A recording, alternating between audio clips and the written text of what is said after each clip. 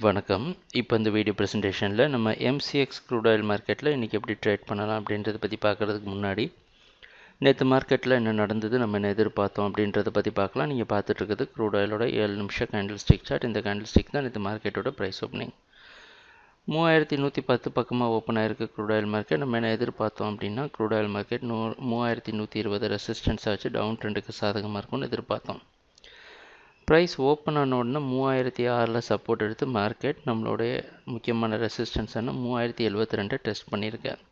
ஏன்னா கடந்த 2 நாட்களாக திங்கள் செவ்வாய்க்கிழமை மார்க்கெட்டில் பார்த்தீங்கன்னா அதுக்கு வெள்ளி திங்கள் மார்க்கெட்டில் 3072 அப்படின்ற இடம் ரெசிஸ்டன்ஸாக இருந்து நமக்கு மார்க்கெட் டவுன் ட்ரெண்டுக்கு சாதகமாக இருந்தது.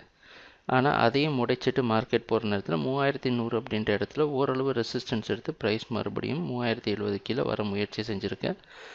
இறுதியாக அது பலன் கொடுக்காம மார்க்கெட் அதையும் முடித்து நம்ம ஸ்டாப் லாஸ் மேஜர் ரெசிஸ்டன்ஸையும் ட்ரிகர் பண்ணிட்டு மேலே போய் க்ளோசிங் கொடுத்துருக்கு.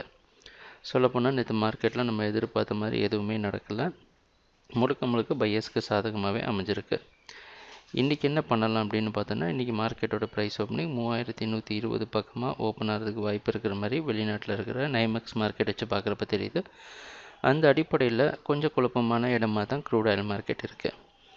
2 நாள் மார்க்கெட் டவுன் ட்ரெண்டில் இருக்குது, 3ஆவது நாள் மார்க்கெட் ரிவர்சல் கொடுக்குது அப்படின்ட்டு அதுவும் ஏற்ற இறக்கங்கள் ரொம்ப அதிகமாகவே காணப்படுது.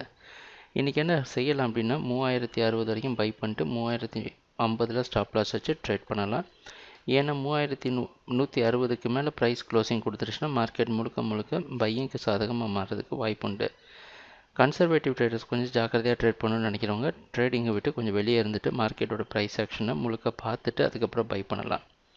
ட்ரேடிங் நடக்கிறப்போ பார்ப்போம் என்னென்ன மாற்றங்கள் வருதுன்னு. எங்கள் வீடியோ ப்ரெசன்டேஷனை தொடர்ந்து பார்த்துட்டு வந்ததுக்கு மிக்க நன்றி, மகிழ்ச்சி. வணக்கம்.